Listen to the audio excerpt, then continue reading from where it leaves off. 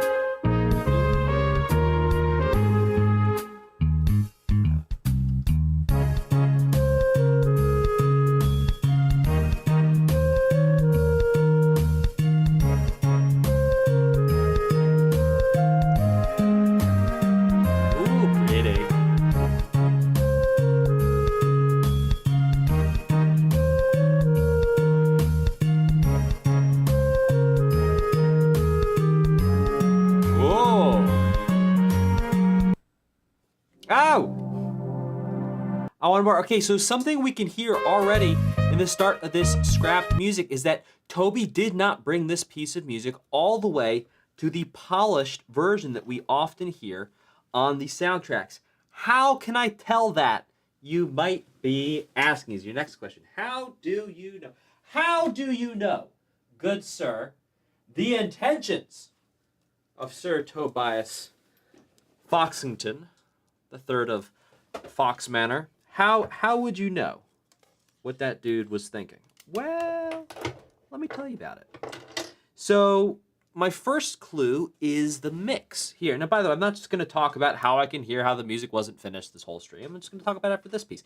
And then as we go through, I think it would be really cool. Chat, let's make this a interactive thing. Literally ask me questions about the music as we go through. And then we'll do some Q&A as we go through. I think it'll be a lot of fun here. But something we can hear on the mix here, first off, when we start off at the start, the bass is loud. Now, normally, if you've watched any of my streams where I listen to Toby Fox's soundtracks, I am singing the praises of the mix and going, oh my gosh, Toby did such an amazing job of the mix. And here I'm going, wow, I can hear that the time wasn't put in to mix this. How do I hear that? Well, number one, the bass is tre loud. Tre, as in T-R-E-S, as in very. Bass is loud at the start. And it's not that you can't hear everything else. It's like it's just noticeably loud.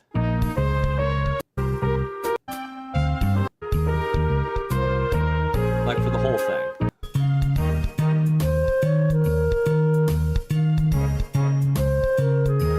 And so what is mixing? Well, mixing in music is kind of like cooking. Mixing is when you decide, you already have your recipe, right? So we have all the instruments here. Now, all these instruments here could come together to create something that is truly, I mean, already, this is awesome. Don't get me wrong. But create something fully polished, like it actually sounds like it's in a game, in a Toby Fox soundtrack. What we do to get that polished level, one of the steps for mixing is we take all the ingredients. So all these instruments are the ingredients. We decide how much of each ingredient is going to go into the Deltarune soup, if you will, of this piece of music. So, for example, right now, the soup might taste too salty. Why? Because there's too much bass. So you'd actually take some of the salt out as if that's something you could do with soup. Groove with me. It's not a perfect metaphor, but we're going to get there together. And then what you do is you take a little less salt out or a little more salt out. You can take the salt out, and then the whole thing would balance more. So in the mix, you're going to balance all of the elements. Cool. All right, so really cool stuff here. And then again, ask me questions as we rock here. Shrimpy Gumpo asks, what instrument is the melody here? Well,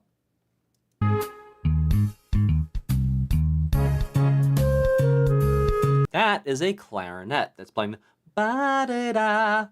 I sang that a little out of tune, but that's a clarinet that's playing there. At the very start, it is a trumpet. Excellent. Okay, super cool stuff. So yeah, we can hear unused, also unused. What it's not like it was like pitch perfect amazing, then it got taken out. It was like it was headed towards being in the OST. Enough work got put in that Toby had not just composed it. So I would define composition, by the way, as the act of getting the main melody, at least for a thematic piece, we could call composition. You'd get the thematic part of the melody, meaning like, what the thematic part of the melody? I feel like I'm speaking odd today. So you'd get the thematic part, which is going to be the actual melody, and then the harmony. Now here, Toby doesn't just have a melody and a harmony. He also has bass, he's got drums, he's got different instruments playing the melody. He's got all these different pieces come together, which I call the arrangement. The arrangement, if you will. All right, excellent. Great stuff. Let's keep on rocking to the next one, which is checkerboard.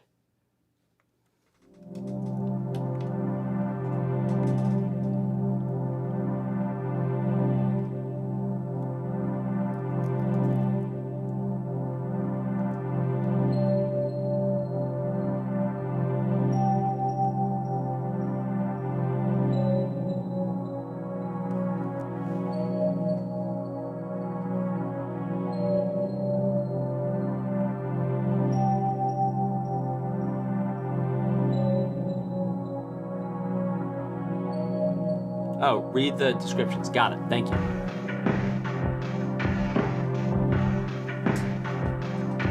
Just going to rearrange my screens here so I can actually see it.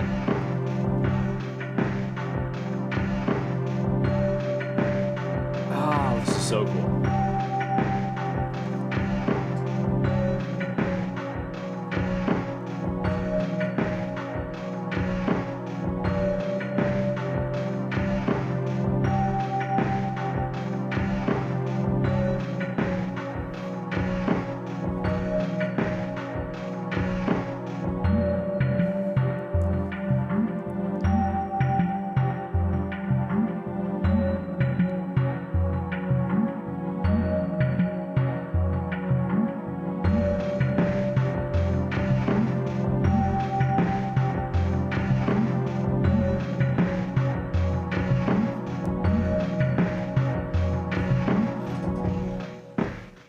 All right, so for the composer notes for this, Toby says, originally played in the Great Board area. However, the area isn't very long. Also, I'm going to read it. I've got a little screen up here. I'm going to read it up here. Also, the area isn't very long, so it felt like if I played a song here, it would actually have the opposite effect of making the area feel disappointing. Interesting. If it had its own unique music but didn't amount to much. Huh. When I have a song, I feel like I need to do the song justice by having a certain amount of content that goes along with it. Wow. That's a man who's committed to delivering a value experience to you where you are really just having a fantastic experience playing his games. Huge, huge respect to Toby. And also going to check up here. We have Trigger Fang, who says most of these were actually shared in Deltarune's newsletters or sometimes in the anniversaries of Undertale. This is so, so cool. Okay. So with this, again, you can hear it's not quite polished. And if you compare this, let us actually compare this. Let's grab something like We'll have our, this is not going to be a very sciencey scientific experiment, but here's going to be our control.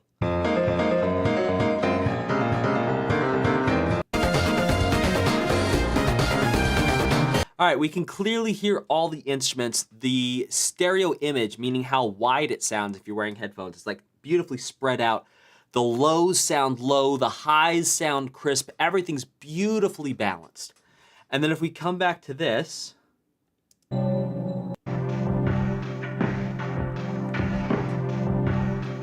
might be gently mixed, but certainly not mastered. Now, the difference between mixing and mastering is mixing, we're gonna go to the end. That line gets a little bit more blurred nowadays with how people run their workflows, but traditionally, mixing is going to be, we're gonna level the individual instruments against each other to get our soup tasting nice. Remember our music soup. And then mastering is where we get it so that the soup is gonna look great wherever it goes. So if you play the music on switch speakers, if you play them on a computer speakers, TV speakers, out of your laptop, out of your headphones, out of your earbuds, in your car, no matter where you play it, the music's gonna translate well and also be loud. That's what mastering is going to do in the modern context.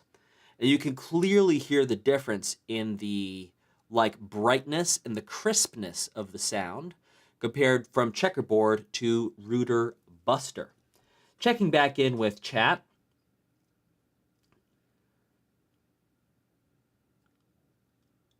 Okay, I don't see any more questions. So we're going to keep on cooking. And indeed, using Ruder Buster as our, control of sorts. It's not very scientific, but it's marginally scientific. We're gonna rock here. Okay, let's check out this next one, which is called Epic Roxas Valley.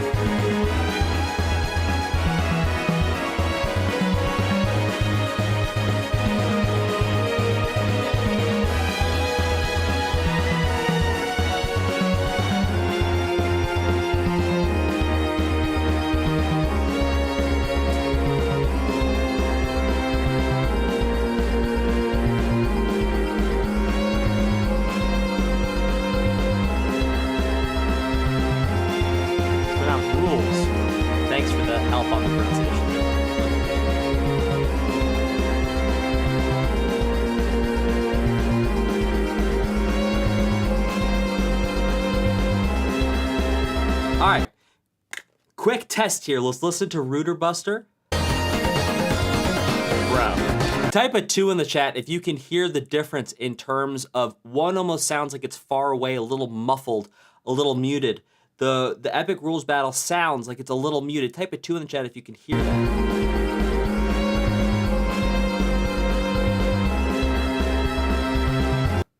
And then compare that to Ruder Buster.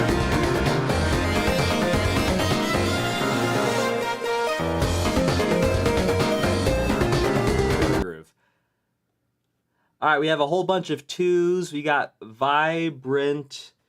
We've got Vinny Arts, John Paraguay, Trigger Fang, Fedox Stream.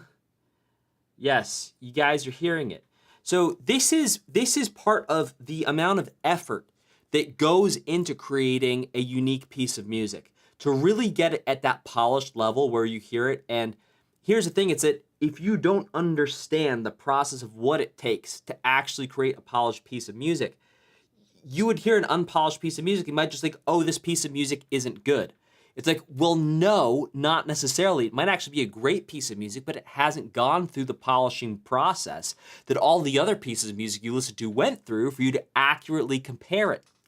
So just as an example, like today, I was hanging out in one of my Saturday sessions with some of my clients. And by the way, I'll tell you about it later, but I help people create music who want to make their own music.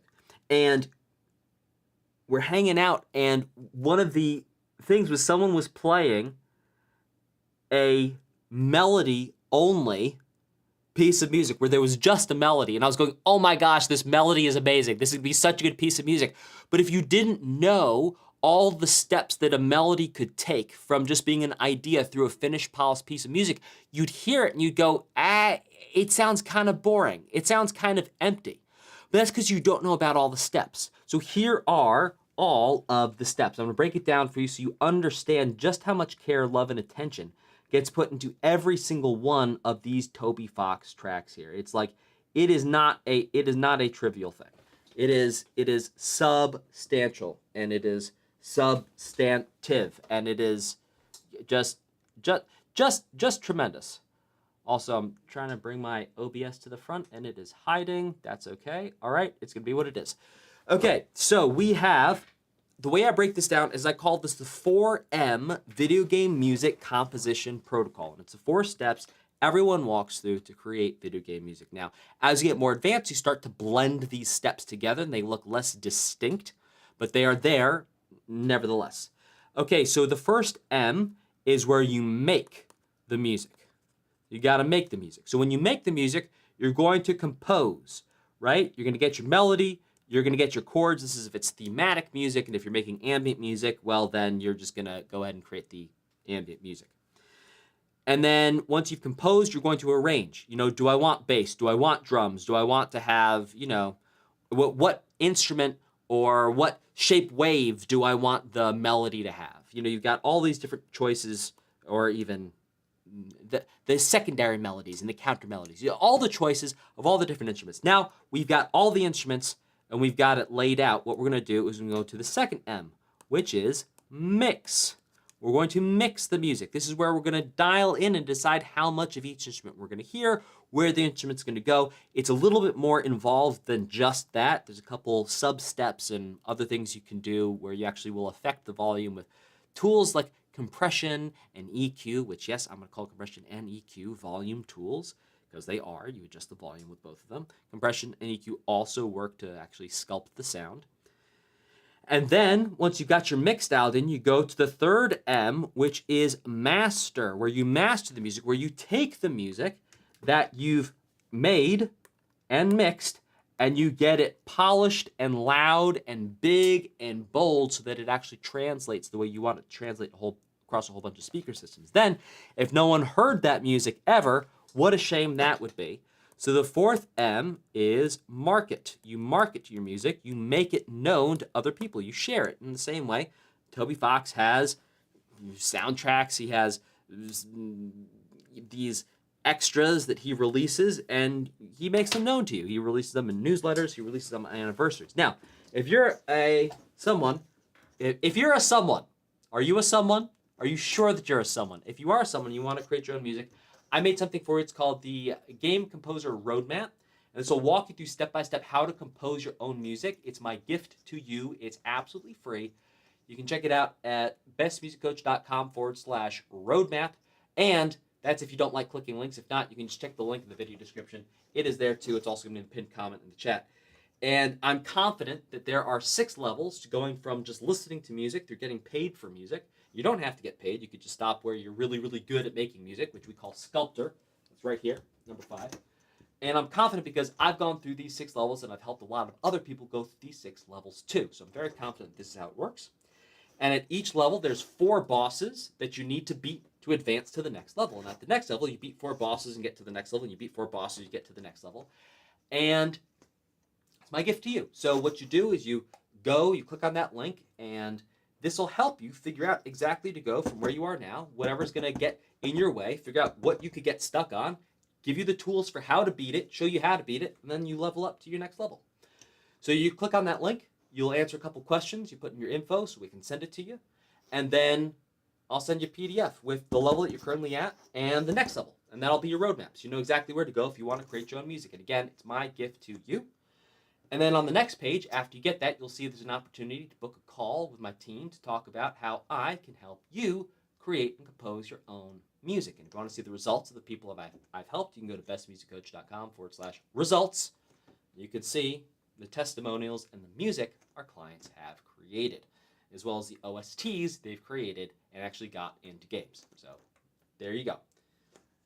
Composer Roadmap. It is my gift to you in the chat. Check it out. Okay. Now we have a question, which is, also before we do that, you can see Pat the Whale, one of our incredible clients, Pat the Whale, who's released so much amazing music over the past couple of years, just said, I can confirm the efficacy of these steps. Yes, indeed. Okay, now we have a question, which is, does an arpeggiated chord count as a melody?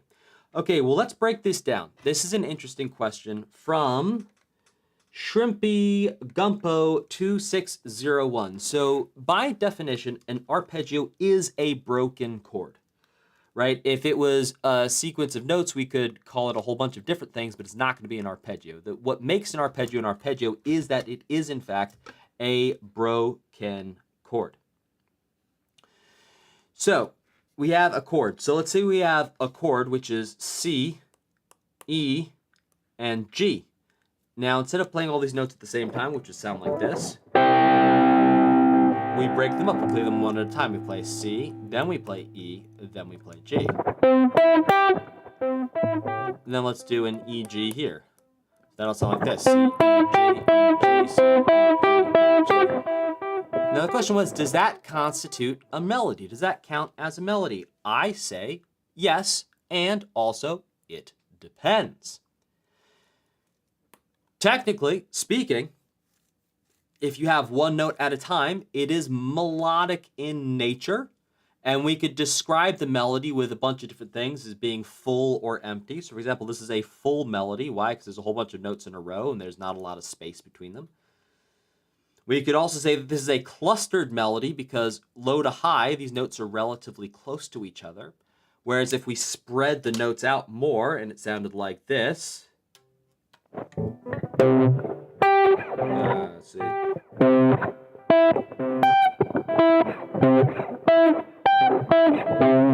That we would call an intervallic melody.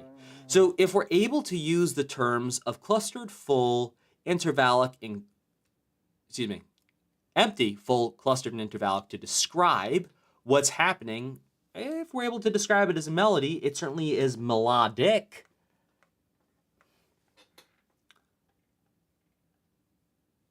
And there you go. Question answered. Just another day in the life of a music teacher, music book author, and indie video game music composer. Saving once again the citizens of Music Questionville. Alrighty. Let's keep on rocking in the free world, shall we?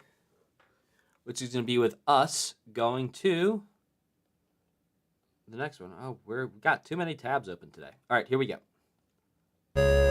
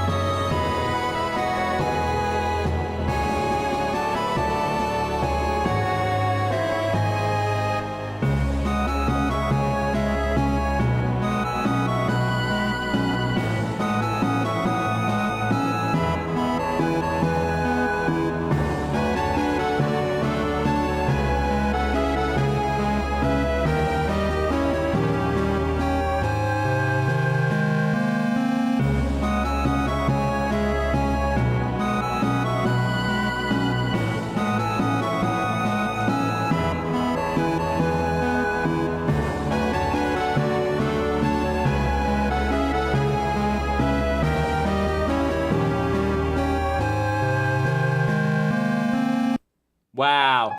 Now, I gotta say, Toby said that the atmosphere felt wrong at the beginning. And I totally get that because having listened through all the Deltarune soundtracks so far, having listened to the Undertale soundtrack multiple times, including playing through the game 2 times, I could not bring myself to do the one where you had to, hurt your friends. I didn't like that one. So we did neutral and we did pacifist. I did not do the other one, which is a word that starts with G, which I'm not going to say for the algorithm, but you know what I'm talking about. The vibe here is so radically different from any Toby Fox track I have ever heard. There's like a dramatic choir going on with dramatic strings and orchestra. This sounds like it belongs in a different universe, or something's got to go very wrong or be very different with this universe for this piece of music to fit. So I completely understand how and why it got scrapped. It just feels like it's a different game entirely, at least in my opinion. Let's keep on going to the next one. Character joined long.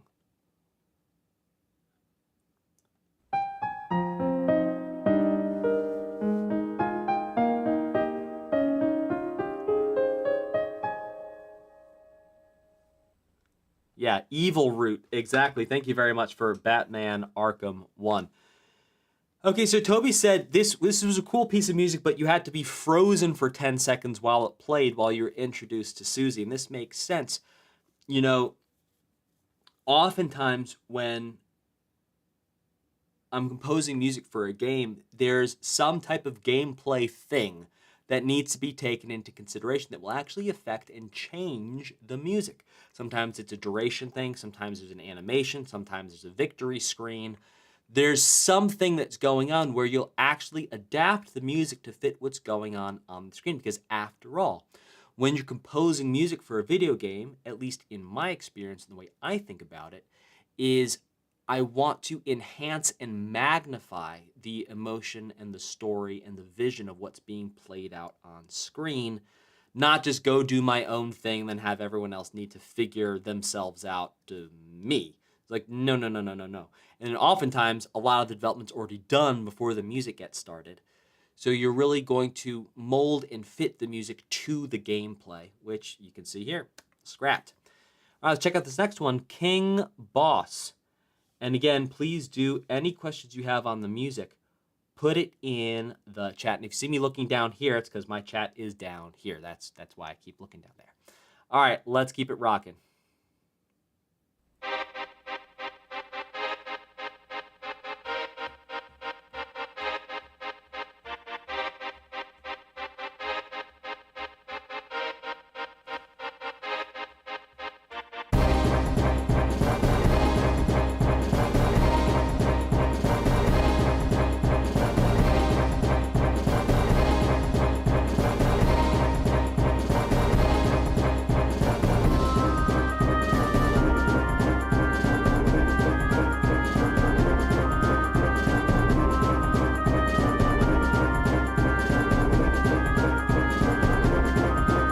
Wow, between King Boss and Legend, both of these sound like they belong in, at least to my ear, in a different game. And sure enough, Toby's notes for this one is he had the idea for the intro, but didn't feel like it took well, so only made about 40 seconds of it. I get it. I really get it. It's like, I see the direction, it sounds cool, it's a really cool musical idea, and if you look at the body of work of what Deltarune, this is from Chapter 1, but if you look at what Chapter 1 turned into, it doesn't vibe with what the overall vision turned out to be. And I also think it's interesting, too, here to look at the dynamic, because, at least for me, I work with developers who have the developer thing handled, right? I'm not a big coder, I'm not a big developer, I'm the music guy. And for me, it's all about following their vision and magnifying their vision and seeing if I can bring something or add something to the vision and enhance the vision. And when it's you and you're like the dude who's making the game and then also composing the music for the game, which Toby is, he's doing the whole thing. I think it's interesting to look at and think about how you can see him be like pruning bits off the branch that don't work for the whole vibe and the whole direction of where he's headed in. And I think also to highlight here is, and it's I'm just so grateful that he shared these things, because it's proof for you, if you want to make your own music, that you don't need to have the perfect idea every time. You need to start, and you need to run quickly towards what you're doing, because you may find that as you run quickly through what you're doing, you will quickly find out that, oh, this was not the direction I wanted to head in, and then you go head in another direction. But if Toby was thinking about this piece of music for like 3 months and just working on this and thinking about it, oh, it's not quite right, and just sitting in thought instead of taking action, it's like that would delay games getting released a whole lot. And that's an assumption on my part there, that he didn't spend that long, but I think that's fairly safe to say, given his level of output versus the years, etc., that go by. But like that's my big message to you. It's like, look at what Toby's doing here. He's running a quick experiment. He's seeing it's not working. He's pivoting, moving on to the next thing. Have that for yourself. Keep that for yourself. That's a beautiful lesson. Beautiful lesson.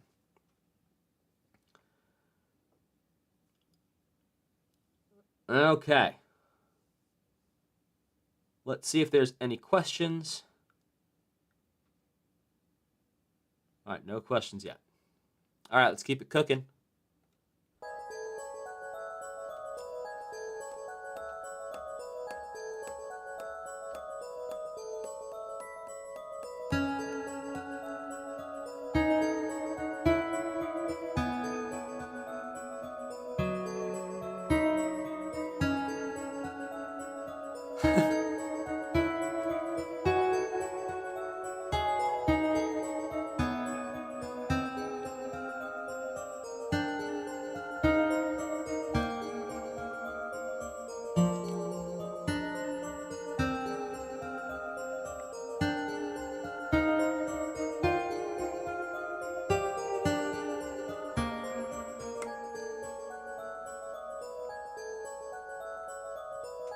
And for this one, Toby says, I actually really like this, but wanted to, let me read his words exactly. Like the song and wanted to use it to introduce a leitmotif, but ended up using a more evocative song with a different motif. I'll try to make an excuse to use this song in the game somehow, Toby. So right there, again, really interesting, because, you know, you can see Uranium 278 saying, oh, this sounds like a one-shot song. There's so many pieces of music here that didn't make it into a game that we're going, it sounds like something else. As you can see that Toby's got this radar, which is part of why you want a person, and not creation by committee can work, but I'm not a super fan of it. Like when you have one person that's a director of something, that's the producer of something, that's the developer and the composer of something, it's like they get to manifest their vision. Right? They get to decide, no, this is right, no, that's not right. And you can see that this, yeah, maybe with some instrument changes, might feel more Deltarune-ish, but to me here, this just doesn't feel Deltarune-ish. And so it makes sense that it wasn't used, and he might bring that motif back if he hasn't already and I've just forgotten it. Really, really cool stuff.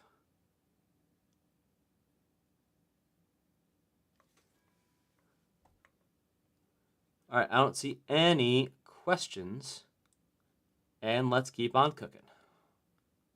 Again, guys, please feel free to ask questions as we go through this about the music.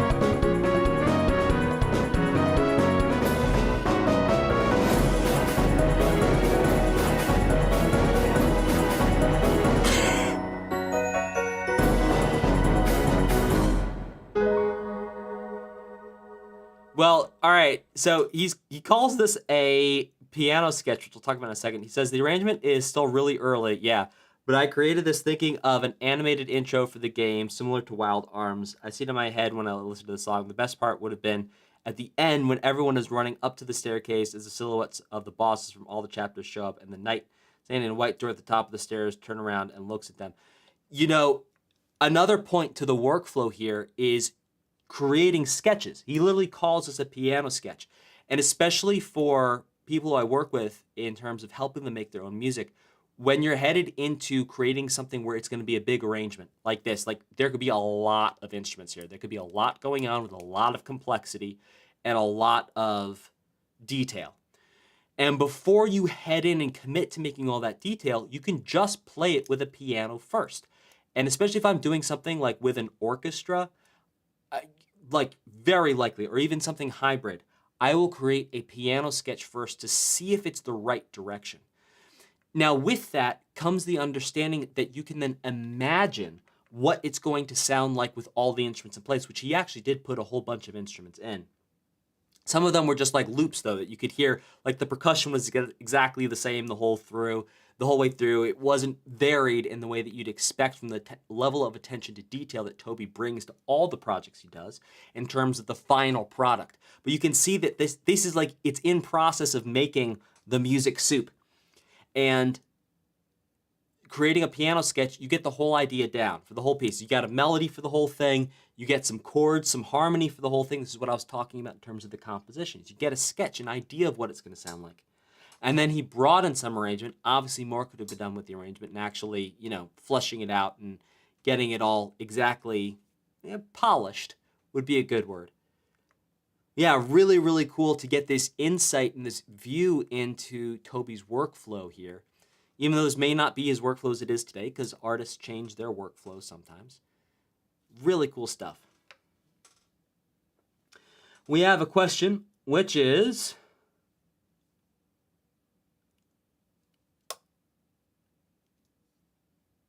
how does he add all those instruments without the sounds colliding destructively? All right, so here's what's interesting. It's Ali Yunus, is I would actually argue that there is some destructive adding here. Like, specifically around here.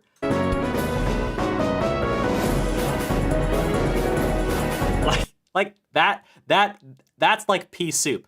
That is the musical equivalent of pea soup right here. Now, and by the way, when I'm saying these things, please understand that I'm saying this as someone who, by the way, I live stream my music creation process. So you can go watch the live streams of me composing music for games, and you can literally hear that there's points of time where my music sounds messy too, right? And then it becomes unmessy, and then you polish, and then it sounds great. So please understand that I'm not in any way, shape, or form when I'm calling things messy. There's no judgment, and I'm not speaking down on Toby in any way, shape, or form. This is part of the process of making music. And when I'm laughing, I'm saying this is the musical equivalent of split pea soup, because it's like you can't see through it, and it's a little chunky. It goes right there. That is the musical equivalent of split pea soup. So I would say that is actually, that mix right there is like you got those big drums that are just like eating everything else. It's kind of tough to hear all the other elements of what's going on. But again, that's part of the demo process. It's like he's just throwing stuff in there that's directionally correct that he would then actually dial in later on further down the road. Okay. Good question. That was awesome. Shrimpy Gumpo says, should you always compose with only one instrument like piano before changing the instruments to make it more interesting, etc.? I actually take it one step further. So the way that I have my clients do it, especially when they're first starting out, is I make them just compose the melody for an entire piece of music. So the whole thing, just the melody, no chords, nothing, and just in piano, right? Or you could pick a different instrument if you wanted, but just the melody. And I have them do that 30 times, right? So they get 30 sketches that are 8 measures long. And then what I do is I have them pick their top 5 to 10 and expand those up to 16 measures, right? And then to 32, and then to 64, and some of them get done at 64, and then some of them we extend even further. Then and only then, once you have the melody the whole way through, do I say, okay, now put in the chords. And then within just the melody, you can create just rhythm. Because if you win with rhythm, you will win the composition. So if you create a compelling rhythm where it's just one note, you have one note, and I literally today, you can check it out on my channel called Video Game Music Composer. It's on YouTube. It's a separate channel. It's a smaller channel where I just focus just on video game music composition. I was answering one of my clients' questions literally today, where 1 week ago, he'd submitted a piece of music to me for consideration, like for review and for feedback. And my feedback from him was like, hey, dude, you need to go back to the drawing board on this and just get rhythm for your entire melody. And then and only then, once you have rhythm for the entire melody, then you go ahead and pick the notes. And he did it. And guess what? He made a fire melody, and he was on fire. He was like, oh my gosh, this system's amazing. I love it. I crushed it. So there's no one way that you have to go about composing, but there are some useful ways in terms of chunking down. Chunking down means you take something that's a whole bunch of different things and you break it apart into small chunks. So a melody fundamentally is composed of the pitches, how high and how low the notes are, but it's also the rhythm. And the rhythm is the most impactful part of the melody. So there you go. All right, I don't see any more questions. We're going to keep going.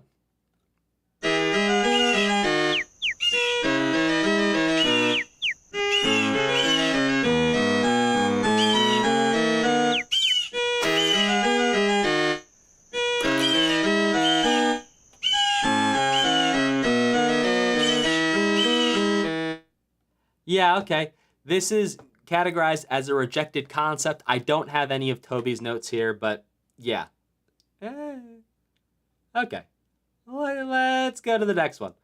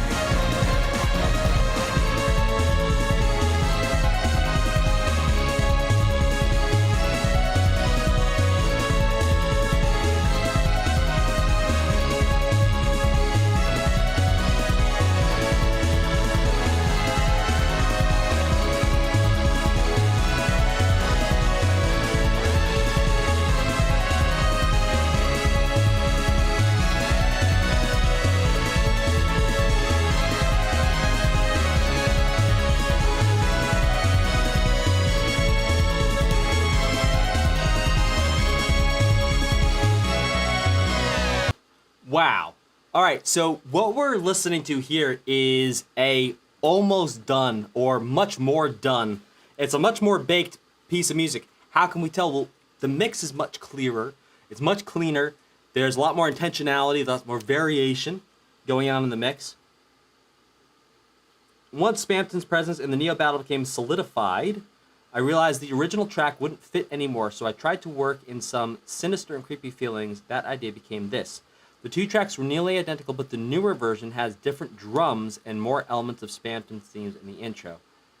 It's also even more unfinished. Interesting. Very, very interesting.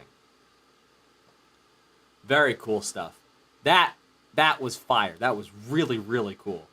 And also cool to see, you know, you can sort of line these pieces up and you don't get to hear the entire evolution of one piece, but you get to hear just like an idea that's like 40 seconds long. You get to hear a piano sketch with some instruments thrown on top of it. And then you get to hear this. And in that, you can see the process that Toby goes through to create this incredible, awesome, and amazing, if I may say so myself, music. All right. Let's keep it cooking. And again, whatever questions you have in the music, about the music, put them in L chat. I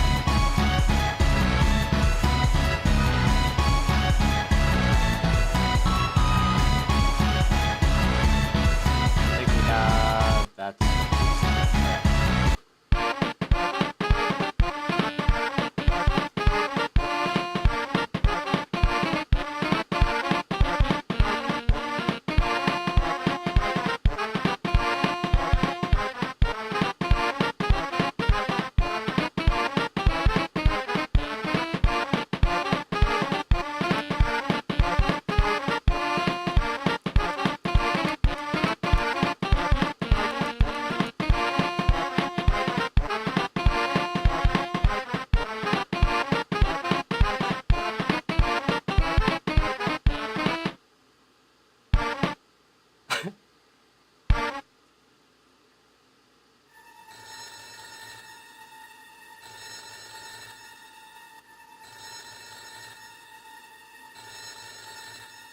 Oh, that ending was so interesting. So Toby says apparently this was the first concept I came up with for Spamton's battle theme. To be honest, I have absolutely no memory of this. Hashtag when you be composing and coding games. Yeah, got it. When I found it in my files, I was quite surprised. Maybe Spamton made it himself. I'm also seeing in the chat, did I skip something?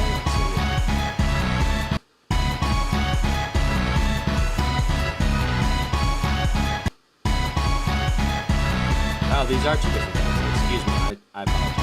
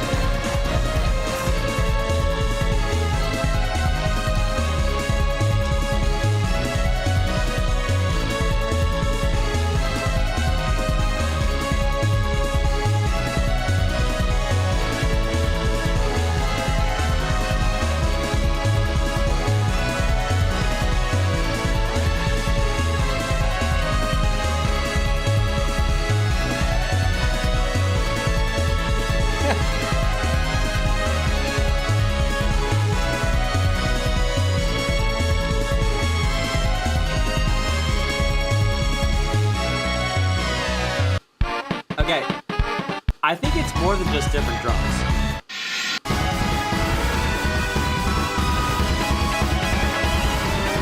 Right here. Let's compare the first version of it.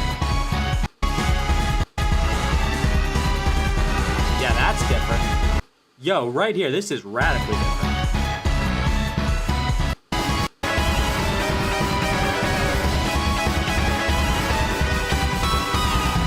That part right there, which is at about the 24-second mark, excuse me, is so chaotic that I thought I had started playing a second piece of music over this. I don't know if you heard me pause the music for a second. I thought I'd hit a wrong button somewhere on my computer and another piece of music was playing. Wow.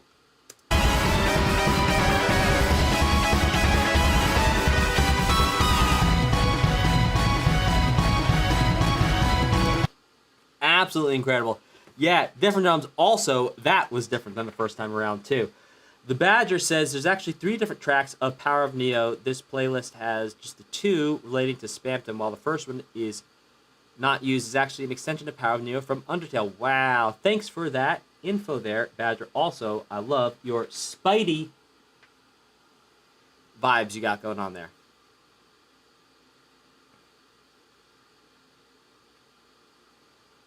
Okay, next up we have Unused Power of Neo. Might be the one you were talking about.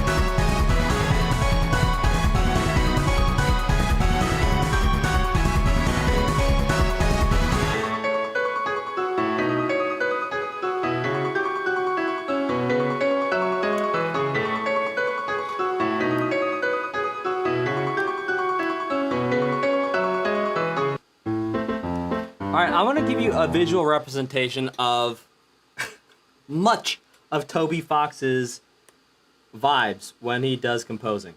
Alright, this is the visual representation of much of Toby Fox's music that he composes. You might ask, well, okay, what is this representing? Okay, this represents that there is a whole lot going on in the arrangement, and that the arrangement is moving very, very fast. Right, so if we go back and listen to this piece of music here.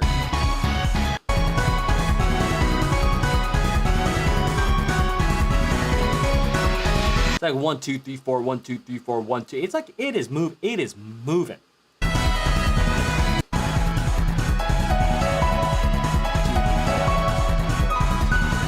But but the actual notes that are happening in the melody are so slow and tranquil. We've got like these whole notes, we've got some half notes, we've got some just long durations on the notes. Now you can see this scaled up and scaled down. So we just heard this looking at Power of Neo. But even if we go look at something like, if we look at something like Home, you've got this arpeggiated guitar. And then it's like dum, dum, dum. And it's like so much happening over it. Excuse me, so much happening under the melody that I'm confident in putting forward to you that this is a hallmark, at least for the Deltarune and Undertale series, of a Toby Fox-ism, if you will, a Foxian approach. That there's a whole lot going on, and it's fast underneath, and then it's slow, long melodies up top.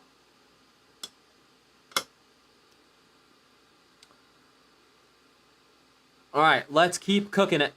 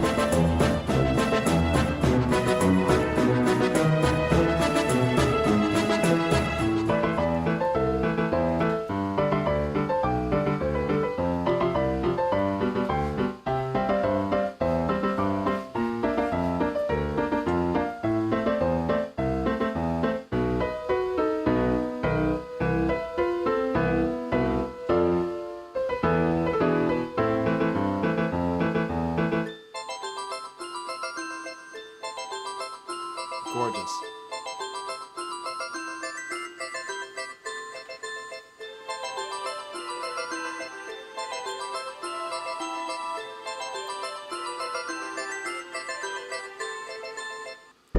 All right, so Toby Fox says about this last one that originally I wanted Castletown to sound very upbeat, but something about it reminded me of that one Gautier song. You didn't have to cut me off. Now we were nothing.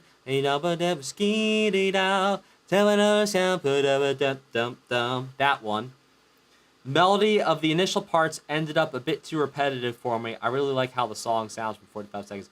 Yeah, completely unfinished past 1 minute 27 seconds. I think it sounds fantastic, personally, and I actually don't really hear that song anymore.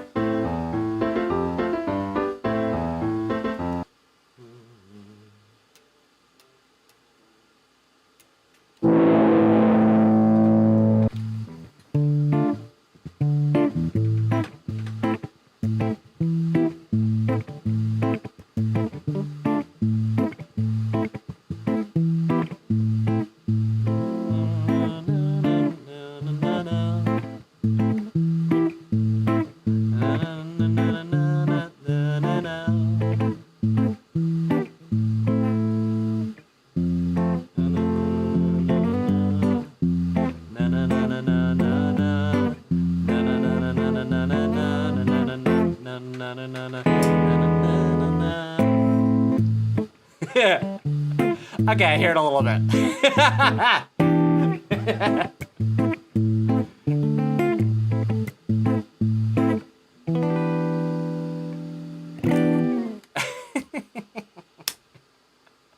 Okay, I get it.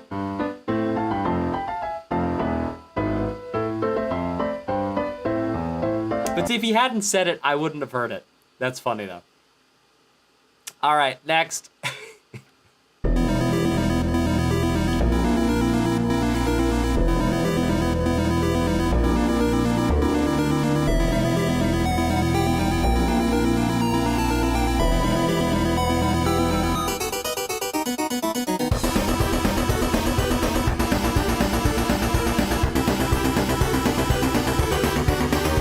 Oh, dude.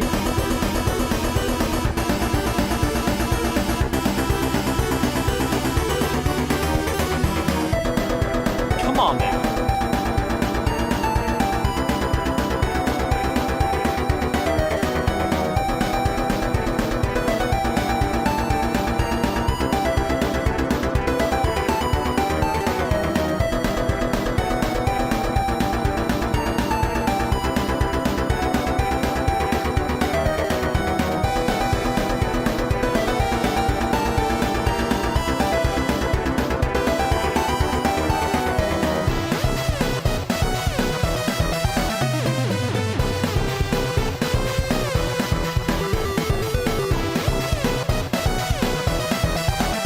Bro, this is fire.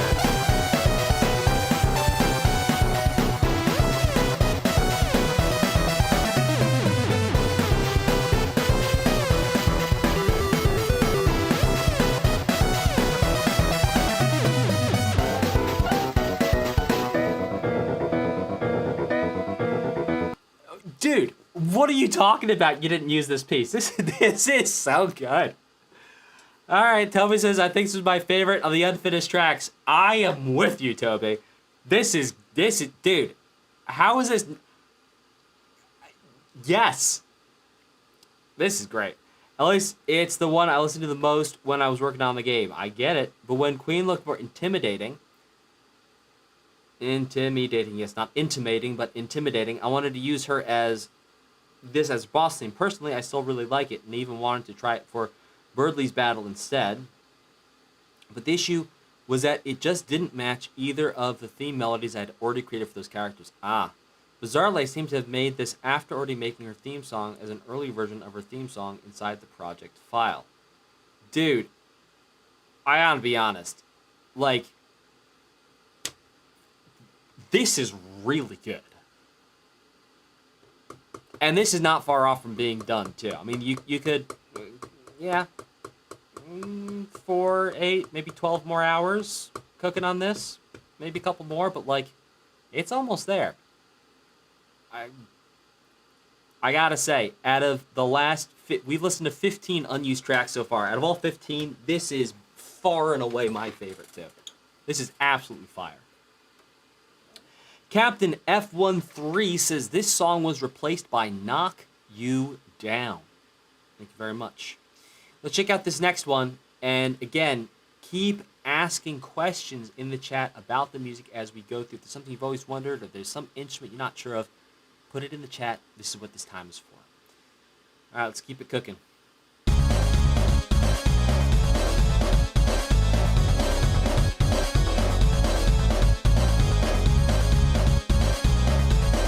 Huh.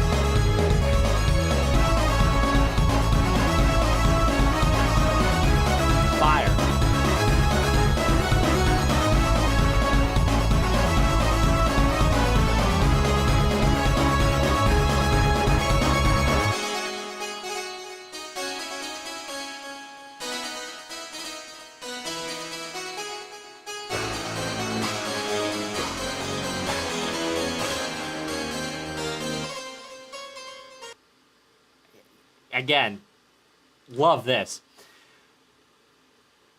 Toby says, I think this is my favorite of the unfinished tracks. I think the difference was chapter... No, these are both chapter 2. Anyway, at least it's one I listened to most when I was... Wait, hang on. Did I just read the wrong thing? I read the wrong thing for the wrong thing. Oh, no.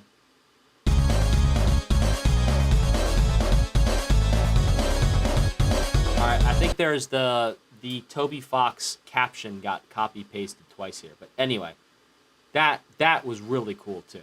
I gotta say... These last 2 tracks absolutely fire, in my personal opinion, and if Toby doesn't ever use them in a game, I think someone should go make some sweet remixes of them if they have not already, because they are awesome. Let's check out this next one. Oh my gosh.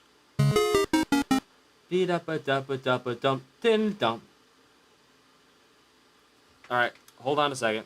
Hold on a second. There's Pokemon Red, Blue, Yellow. What is that?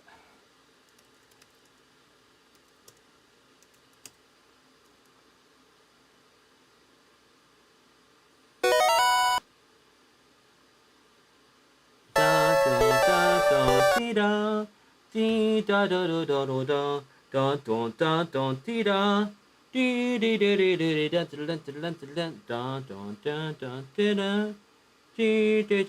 dee da. What one is that?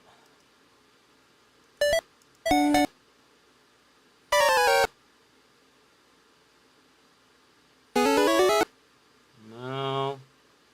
Anyone? I sang it pretty poorly, but anyone know which one that is?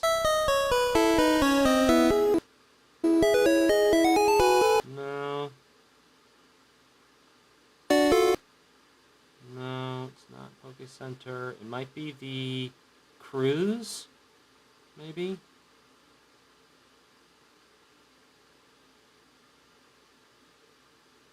Game Center might be. Thank you. I think it might be Game Center.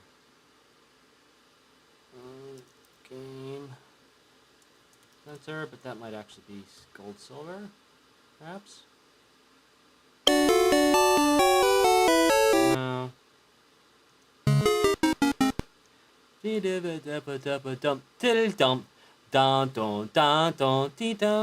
singing it poorly.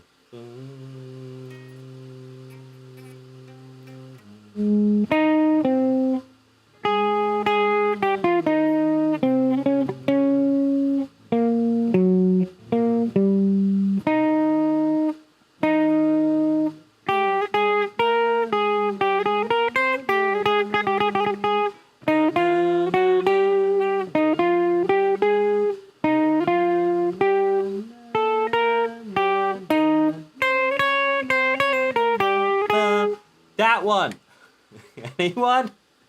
Anyway, I just sang it and played it pretty terribly, but that just beginning and start of this, like, such that vibe.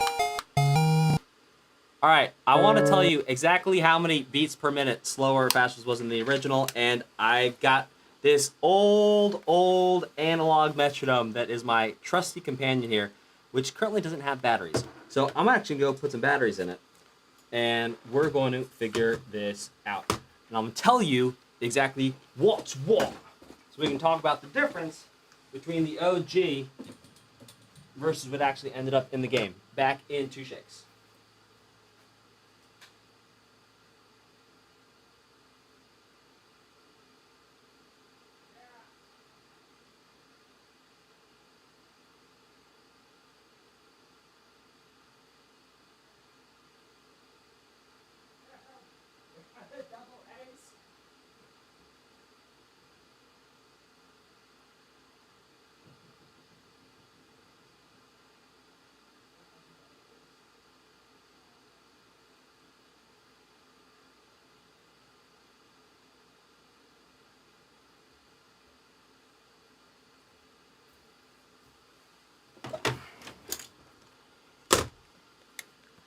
Well, I'm sorry, we're currently moving house, and the batteries got packed. Okay. Back to it. Lost Girl, here we go.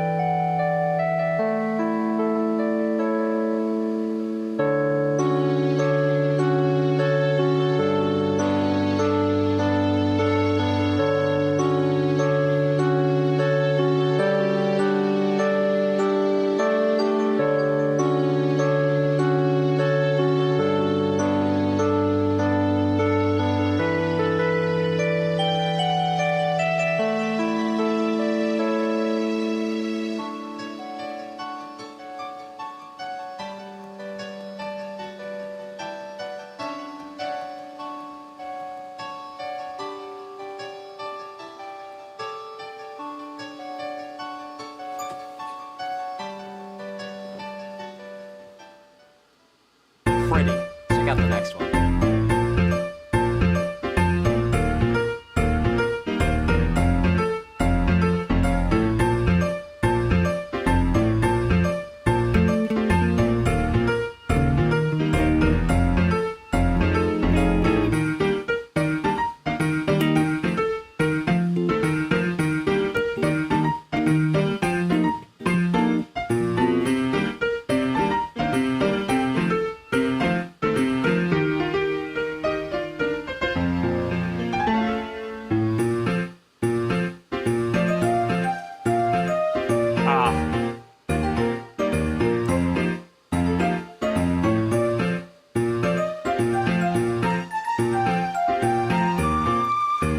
Alright, there is one chord in Noel Unused that, for me at least, gives it away as a dead ringer as something that did not make it into the game. And I'm gonna find this here for you. I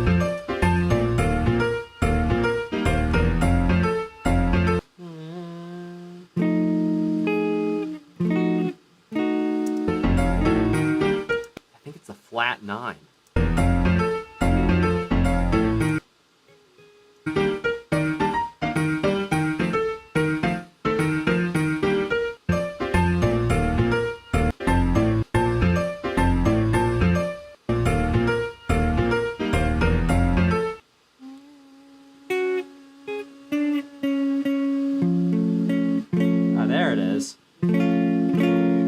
Yeah, no, it's the sharp 5.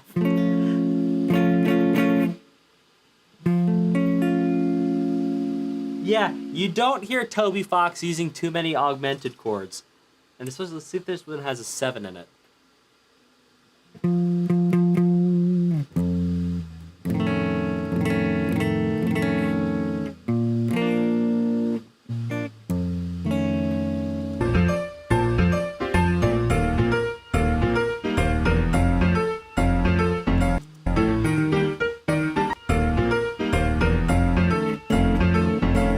Yeah, that is not a Toby Fox chord that you hear every day.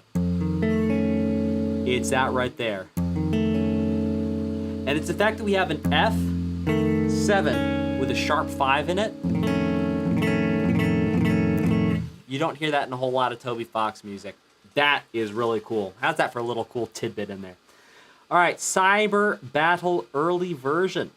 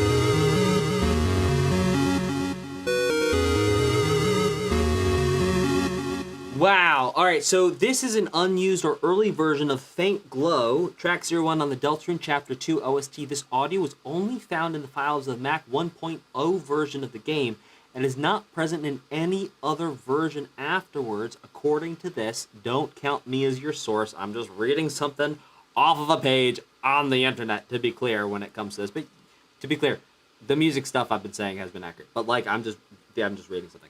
All right, discovered initially by a user from the Underminers Discord and published to TCRF.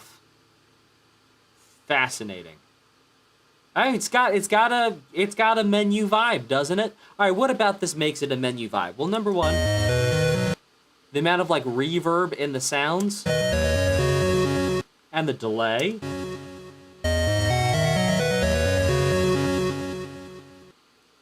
The pauses, it gives space. It's like we could chill here for a minute, but whenever we're ready, we go in and get started. And it sets the feeling. It starts the vibe of where we're going to go with the music.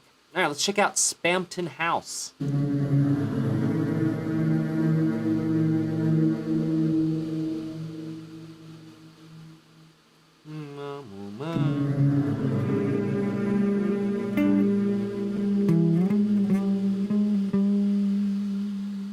Well, much like in Chapter 5,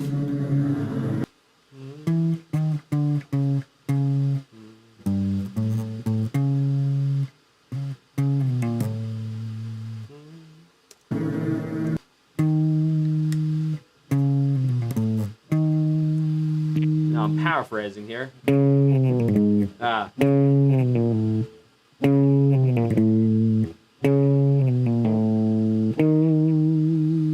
It's kind of the vibe. Put a little zhuzh on it. Woo, creepy. But kind of like it we heard in Chapter 5 and the other chapters too, it's not in A440.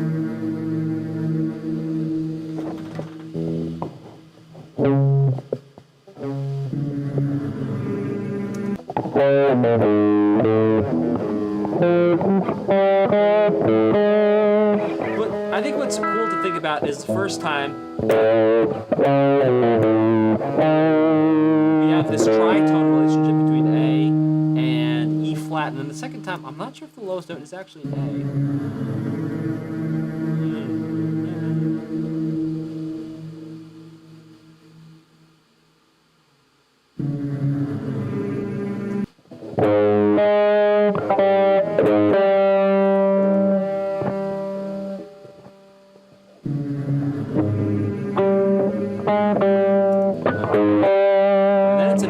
So the first real notes that we hear is, well, we have this chromatic descent. Let's get this full screen for you. All right, so we have this chromatic descent, and then it's a tritone, right? So D5 and ascending, diminished 5. Then another chromatic descent that goes a little bit further, and then we have an ascending major seventh. And as you may know, your major seventh and your diminished 5, these are two of the most dissonant intervals. And indeed, the major seventh, if we were to invert it, becomes the minor second. Another dissonant interval. All right, that is cool. So that's just creating dissonance. The descending of the chromaticisms creates the dissonance, and then we get a dissonant interval, and then again, descending chromaticisms, dissonant interval. All right, let's keep rocking and rolling.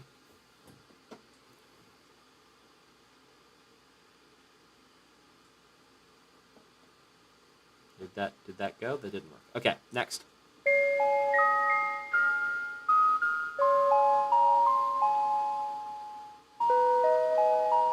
Ah, I've heard this before. Ooh-ah. Yes.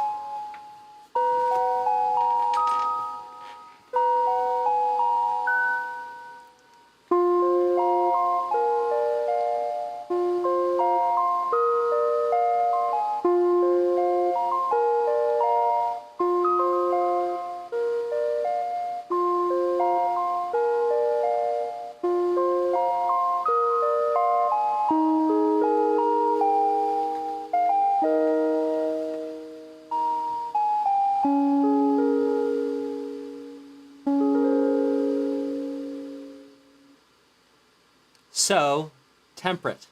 Let's check out this next one. A Cyber's World.